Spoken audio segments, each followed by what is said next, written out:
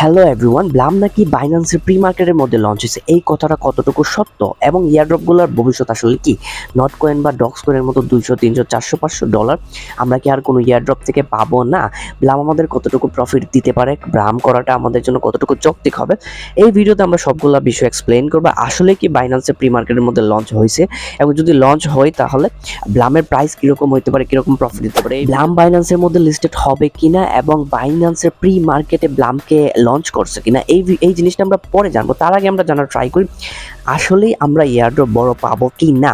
প্রথমত আমরা যদি রিসেন্ট ইয়ারড্রপগুলো দেখি, যেমন হ্যামস্টার, ক্যাটিজেন, ক্যাটস, এই ইয়ারড্রপগুলো খুবই বিভৎস ছিল, খুবই বাজে ছিল, ওই রকম ভালো বেনিফিট দিতে পারে না। যেমন ক্যাটসের মার্কেট ক্যাপ খুবই উইক ছিল, বাইন্যান্সে লিস্টেড হতে পারেনি। ক্যাটিজেন বাইন্যান্সের মধ্যে লিস্টেড হয়েছে, বাট মার্কেট ক্যাপ আহামরি ওই রকম হয় নাই, বাট হিউজ পরিমাণ ইউজার ক্যাটিজনের মধ্যে হয়ে গেছিলো। হ্যামস্টারের মধ্যে আমরা জানি 126 মিলিয়ন ইউজারকে হ্যামস্টার ইয়ারড্রপ দিচ্ছে। সো আলটিমেটলি 126 মিলিয়ন ইউজারকে যদি $2 করেও দেয় তাহলে কি পরিমাণ ডলার আসে। সো এত বড় একটা কমিউনিটিকে আলটিমেটলি ইয়ারড্রপ দেওয়াটা খুবই টাফ। তাহলে আমাদের দেখতে হবে কি কোনো কোম্পানি, যে কোম্পানিটার ব্যাক এন্ড ভালো, মানে ধরেন আপনার বাইন্যান্সের সাথে লিঙ্ক আছে, তো কোথাও না কোথাও বাইন্যান্সে আপনি লিস্ট করাইতে পারবেন, যেহেতু আপনার লিঙ্কস আছে, লিঙ্কস ম্যাটার করে। তার মানে ব্যাক এন্ডে যে টিম আছে বা ফাউন্ডার লেভেলে যে টিম আছে, ওদের লিঙ্ক আপ কেমন, ওইটার উপর ডিপেন্ড করে প্রজেক্টটা প্রফিট দিবে কি প্রফিট দিবে না। সো আমাদের যদি ব্লামের দেখি, ব্লামের বা ব্যাকগ্রাউন্ড সম্পর্কে তো আমরা অবশ্যই অবগত আছি যে ব্লাম বাইন্যান্সের সাথে কানেক্টেড ছিল, এশিয়া রিজিওনাল হেড ছিল। তারপরে হচ্ছে প্রজেক্টের মধ্যে কি পরিমাণ ইউজার আছে ওইটাও ম্যাটার করে। ধরেন $1 বিলিয়ন মার্কেট ক্যাপ দিয়েও দিল ব্লাম, বাট ইউজার হচ্ছে 100 মিলিয়ন বা 120 মিলিয়ন বা 130 মিলিয়ন বা 150 মিলিয়ন, তাইলে অত বড় ইউজার, অত বড় এয়ারড্রপ হবে না।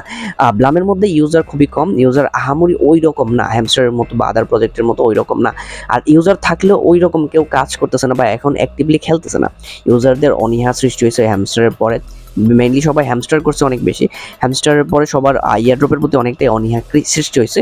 দ্যাটস ওয়াই তারা কি করতেছে, ইয়ারড্রপটাকে কিছুটা ইগনোর করতেছে, যাতে করে ব্লামের ইউজার সংখ্যা কমছে, যেটা ভালো। ব্লামের ব্যাকএন্ড ভালো এবং ব্লামের ইউজার সংখ্যা কম।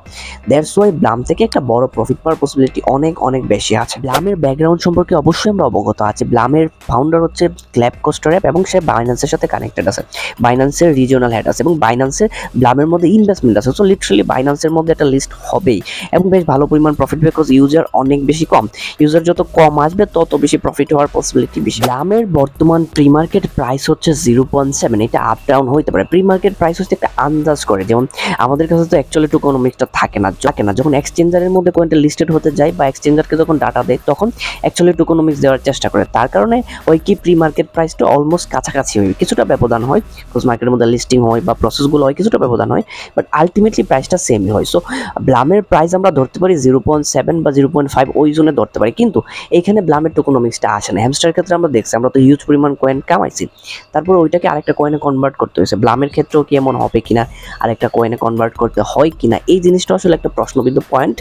এই জিনিসটা যখন আসবে, টোকোনমিক্সটা যখন আলটিমেটলি আসবে, তখন আমরা অ্যাকচুয়ালি বুঝতে পারবো যেটা প্রাইস কত, আপনার কাছে কত টোকন আছে এবং আপনি কত ডলার পাবেন। Notcoin, Dogs coin, Hamster, Catizen, Pixelverse, Cats, এগুলা থেকে ব্লাম শতগুণে ভালো। কেন? কারণ ওইগুলো হচ্ছে একটা মিম কয়েন। মিম কয়েনের কোনো ফান্ডামেন্টাল রাইট থাকে না বা ফান্ডামেন্টাল ওই রকম কিছু থাকে না, ওইগুলো জাস্ট হাইপে থাকে, কমিউনিটির পাওয়ার থাকে, ওই কারণে পাম্প করতে থাকে।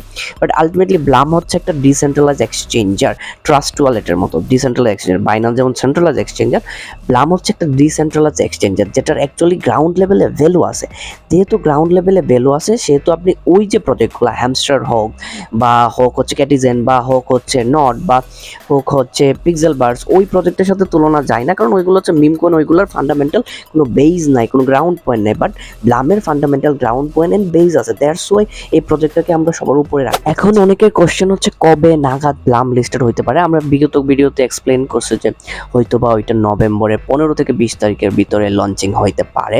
আপাতত আমরা দেখছি যে অক্টোবরে হয়তোবা লিস্টিং হবে না, কারণ অক্টোবরের শুরুতে, অক্টোবর যখন শেষ হবে তার শুরুতেই, নভেম্বরের শুরুতেই ইলেকশন। সো ওই জুনে আলটিমেটলি কোনো কয়েনকে লিস্ট তারা করবে না, লিস্ট করলে পরে করবে। সো আমরা 5-6 দিন গ্যাপ দিয়ে যদি চিন্তা করি, তাহলে 15-20 তারিখ বা 10 থেকে 20 তারিখের ভিতরে হয়তো বা ব্লাম প্রজেক্টটা লঞ্চিং হইতে পারে। বাইন্যান্সের প্রি মার্কেট ওই রকমভাবে আগে লঞ্চ করা হয়নি, যারা হচ্ছে আগের বুলরানে ছিল বা আমরা আগের বুলরানের মধ্যে ছিলাম, আমরা বুলরানে দেখেছি বেবিডসটা বাইন্যান্সের মধ্যে লিস্টেড হয়েছিল, বাইন্যান্সের প্রি মার্কেটের মধ্যে লিস্টেড হয়েছিল, বাট এখন আলটিমেটলি অনেকদিন পরে এটা লিস্ট হয় বাইন্যান্সের মধ্যে। বাইন্যান্সের প্রি মার্কেটের মধ্যে বেবিডসটা লিস্টেড হয়েছিল। এই বেবিডসটা এটা আমাদেরকে অনেক প্রফিট দিয়ে গেছে, অনেক প্রফিট দিয়ে গেছে। সো এটা লিস্টেড হয়েছে আলটিমেটলি।